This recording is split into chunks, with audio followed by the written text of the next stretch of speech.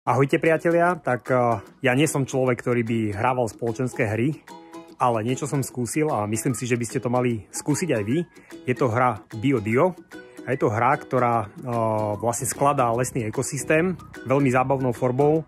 Tým, ako ju hráte, tak sa dokážete dozvedieť veľa vecí o tom, ako funguje les. A musím povedať, že je to asi jedna z najlepších hier pre dve osoby, ktoré som kedy hrala. Veľmi sa mi páči, že pomocou tých kariet, že to nie je len taká nudná hra, že sa niečo vyhadzuje, ale že sa tam tvorí tá herná plocha.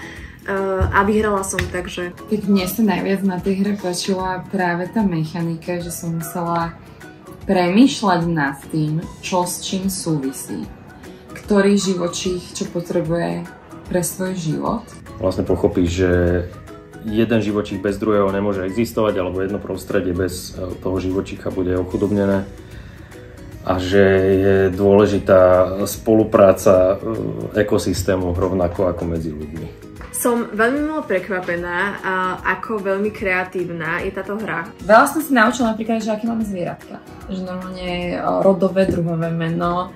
A je to veľmi, veľmi pekná hra. Myslím si, že je to výborná vec aj pre školy, pre deti, pre rodiny. Ak by ste si chceli takúto hru kúpiť a podporiť jej vznik, tak môžete podporiť aj zbierku, ktorá je dôležitá na to, aby táto hra uzrela svetlo sveta.